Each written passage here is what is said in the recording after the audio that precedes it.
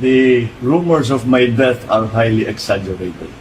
What happened was I now have diverticulitis. It's a common complaint amongst apparently people who are heavily stressed and people who are, I have to admit, growing old. Okay, okay muna masyado ma-excited dahil it's not a life-threatening condition. Well, kakaiba po na umamin ang Malacanang na nagkaroon daw ng medical assistance ang junior dahil nagkaroon daw siya ng mga discomfort. Ayan na. Kaya naman, nakasaad po yan sa Biblia ha. Ang ating mga katawan ay templo ng Panginoon. At ang mga hindi nag-aalaga sa ating mga katawan na templo ng Panginoon ay pinarurusahan. Sino ba naman kasing nagsabing magbisyo siya? Ayan, dapat sabihin na niya, pinaalalahanan na siya ng kanyang kapatid na siguro panahon na bigyan niya ng prioridad ang kanyang kalusugan. Dahil alam niyo talaga, yung paggamit ng cocaine at iba pang mga pinagbabawal na gamot, kaya po yung pinagbabawal, una-una, dahil yan po ay nakakasira sa ating katawan na templo ng Panginoon. Ano bang nangyari dyan? Ako, siguro po yan ay nahirapan siyang huminga. Isa po yan sa mga side effect ng cocaine at pag nahirapan na huminga, pwede rin pong magkaroon ng mga organ failure yan. Now, ayaw natin pagdasal ang masama na mangyari kay Marcos Jr. Pero alam naman natin na talagang susi o ang solusyon talaga sa ating mga problema ay ang pagkawala niya bilang presidente. Pero ako naman po ay Kristiyano, kaya hindi ko po siya pagdadasal na may mangyari sa kanyang kalusugan. Pero papaalala ko lang po sa kanya na nasa Biblia. At pinost ko po yan sa aking page, no? Sa aking Facebook page, na talagang pinarurusahan ng Panginoon ang mga tao na hindi pinangangalagaan ang kanilang katawan na templo ng Panginoon. So siyempre, kung hindi ka naman Kristiyano, kapag inabuso mo yung katawan mo, alam mo namang pinagbabawal dahil nakakasira sa katawan at sa pag-iisip at patuloy ka sa bisyo, talaga ikaw na ang gumawa ng dahilan para masira ang iyong katawan at matigok. Wala nang ibang taong may kasalanan dyan. Harinawa, wag naman sana mangyari sa kanya yan dahil tayo Kristiyano nga. Pero, kinakailangan talaga gawin na niya yung sinabi ng kanyang ate. Kinakailangan na niya magbitiw sa pwesto, tutukan ng kanyang kalusugan, magparehab nang sa ganun, mapahaba pa ang buhay niya. Alam mo, konti lang naman ang tanda sa akin ng ating bangag na presidente. Ako, ninanais ko na lang ngayon dahil ako yung 60 na, wala na akong ibang hinahangad kundi makita ko sana yung aking mga apo at gaya na aking lolo, makita ko na matapos man lang sa kolehiyo ang mga apo ko at mailagay sa tamang buhay yung aking mga apo. Kasi tapos na yung mga anak ko Na-provide ko na yan, napag-aral ko na yan, meron na yung mamanahin kahit pa paano. Ang gusto ko naman masiguro, yung buhay na tinamasa ko dahil ang lolo ko ay sinigurado na kami magkakaroon ng komportableng buhay, yan din ang mabigay ko sa aking mga apo. Abay, kung ako siya, mag-60 na siya, tututukan ko na lang yan na mapahaba ang buhay nang makita ko mga anak ng aking mga anak. Dahil, alam mo naman, ang katotohanan yan, nung tayo nagkaroon ng anak, masyado tayong busy nagtrabaho. Bagamat ito namang si Marcos Jr., dahil nagtrabaho sa buong buhay niya. Talaga namang meron siyang gintong kutsara sa kanyang bibig. No? Pero kahit papano, naniniwala naman ako na gaya ng lahat, nais niyang mapipisil-pisil ang mga pisngi ng kanyang mga apo. Kaya po pwede ba, Marcos Jr., sundin mo na si Manang Aimee? Ay nako, sige na, ibigay mo na ang pagiging presidente kay BP Sara. Dahil ikaw, pinili mo naman si BP Sara, hindi lang dahil ikaw ay manggagamit, na alam mo na kinakailangan ng suporta ng Mindanao at Visayas para manalo ka at matalo si Leni. Pero at the same time, alam mo rin, kaya ni BP Sara ang pagiging presidente. Kung ikaw nga nababangag-bangag, kahit pa paano nakatapos ka ng halos 4 na taon. Wala nga lang nangyari sa Pilipinas. Naging mahirap nga lang ang buhay ng Pilipinas. Naging all-time low nga lang ang balor ng piso na sinyales na walang tiwala ang tao sa iyong pamumuno. Alam mo ba yung balor ng piso, yung balor ng ating stock market, lahat yan sukat. Kung may tiwala pa ang tao sa iyo, wala na.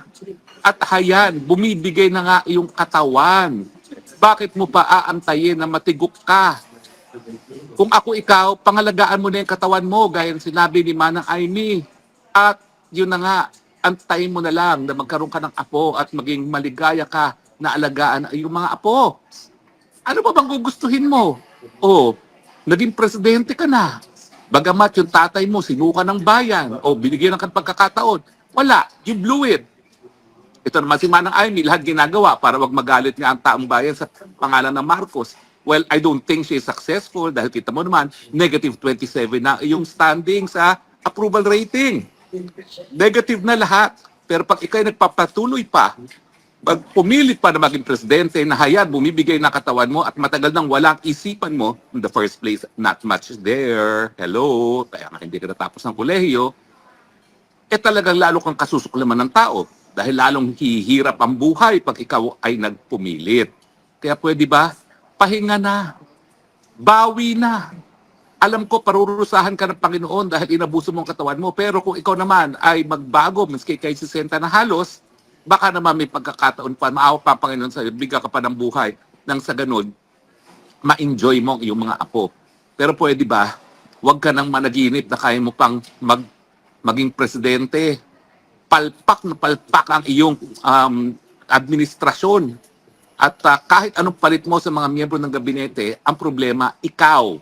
So kahit palitan mo pa lahat ng mga miyembro ng iyong administrasyon, hindi na magbabago yan dahil ikaw ang wala sa tamang pag-iisip at ngayon, wala sa tamang pangangatawan dahil inabuso mo ang iyong katawan sa paggamit na pinagbabawal na gamit. Diba? Obvious naman yon. O pag-usapan din po natin sandali. Abay, merong pangalawang impeachment complaint na napabalita na naman. Tingin ko, nagsalita na rin na si Congressman na Pulong Duterte and I agreed na yung unang impeachment complaint laban dito kay bangag na presidente ay kaduda-duda dahil ito ay hinain ng isang tao na nagdepensa kay First Lady. So sa akin naman, bakit naman gagawin yun na isang abogado na nagdepensa sa asawa mismo ng presidente? Bakit niya pa i-impeach ang presidente? At siyempre, yung nag-endurso, malapit na malapit sa isang kaalyado rin ng mga Marcoses, no, na taga-probinsya ko. Yung party list ng mga Garcia ng Bataan. So ngayon, nagkaroon ng pangalawang impeachment complaint. Ngayon, in fairness, di pa nababasa. Pero sigurado ako na kung sino man ang nasa likod ng impeachment complaint, wala yung kinalaman sa mga Marcoses. So chances are, itong panibagong impeachment complaint, honest to goodness, kaya ayaw ngayon tanggapin ng Kamara de Representante. Meron ba legal na basihan na pagtatanggap? Wala po. Malinaw po yan na ang katungkulan ng House Secretary General pag mayroon naghain ng impeachment complaint ay tanggapin. At pagkatapos, i-refer kay House Speaker. Ang House Speaker naman, within 10 days, i-include sa order of business at i-refer sa Committee on Justice. Wala pong diskresyon. Wala pong, hindi po parang West ang sa House Secretary General na pipiliin niya kung anong gusto niya tanggapin at i-reject yung ayaw niya. Hindi po pwede nang tatanggapin lang yung moro-moro na impeachment at kapag masustansya na impeachment, hindi nakatatanggapin. Yan po ilabag sa saligang batas. Wala pong ganyang kapangyarihan ang House Secretary General. Dahil unang-una, wala namang mandato yung House Secretary General na yan. Hindi naman yan halal ng bayan. Yan ay appointee lamang ng speaker. Pero yung ginagawa po niya, binibigyan niya ng karagdagang kapangyarihan ng kanyang sarili. Wala pong ganyang kapangyarihan. Shall ang sinasabi ng Constitution. Shall refer the impeachment complaint forthwith sa tanggapan ni Speaker at si Speaker naman ang magre-refer dyan sa order of business doon sa plenaryo nang mai-assign ng kaagad sa Committee on Justice. Wala yan po ang tinatawag na ministerial. Gawin mo, wala kang diskresyon kung ayaw mo hindi. Dahil kapag ikaw ay nagpumilit na meron kang diskresyon, yan ang tinatawag na grave abuse of discretion. Halatang halata naman kayo. Kapag moro-moro, tinatanggap para masigurado na meron na namang isang taon na impeachment-free ang ating bangag na presidente. Pasensya na kayo ha. May nagsabi sa akin na, huwag mo naman tawaging bangag. Ano tatawag ko sa kanya? Sariling kapatid niya, nagkumpirma na bangag siya. Ang dating presidente Duterte, sinabi bangag siya. Si Agent Morales, sinabi bangag siya, sang-ayon sa isang confidential agent. Si Cathy Binag, sinabi bangag siya. Ba't hindi pa natin siya tawagin bangag? Talaga namang yan ay katanggap-tanggap na sa lahat, di ba? Buti sana kung hindi yan pinatutuhanan ni Amy Marcos. Pinatutuhanan naman. Di ba?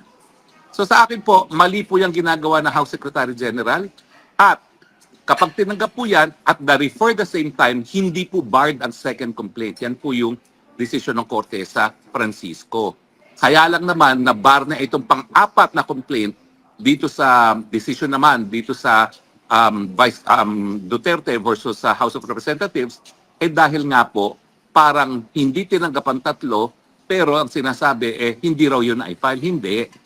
Yan po ay deemed accepted but rejected. Kaya nga po yung pang-apat is barred. Pero ito po, dahil hindi pa naman po in session ang Congress na isang pa yan, dapat yan makaparating kay Speaker, pero i-refer po kaagad yan pag nag-resume na ang Congress from the recess. At kapag yan ay na-refer at the same time, hindi po barred ang second impeachment complaint. Kaya naman, ayaw nilang ipatanggap. Dahil alam nila na kapag merong sustansya yung second complaint at kapag hindi moro-moro yung mga nagsampa ng second complaint, kinakailangan umusad ang proseso ng impeachment. Whether that we have the numbers, hindi ko natin alam yan.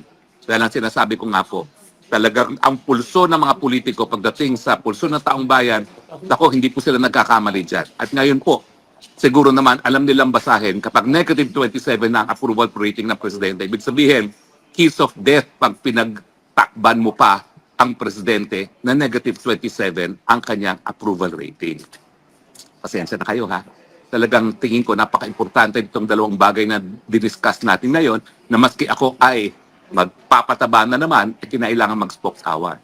So ano po pinag-usapan natin? Haya na po, nangyayari na ang nakasaad sa Biblia, pinarurusahan ang umaabuso sa ating mga katawan dahil ang ating katawan ay templo ng Diyos. At ang aking friendly advice, bagamat hindi ko pinagdadasal na siya ay matuluyan dahil ako po isang Kristiyano, yan naman po ay nasa Biblia.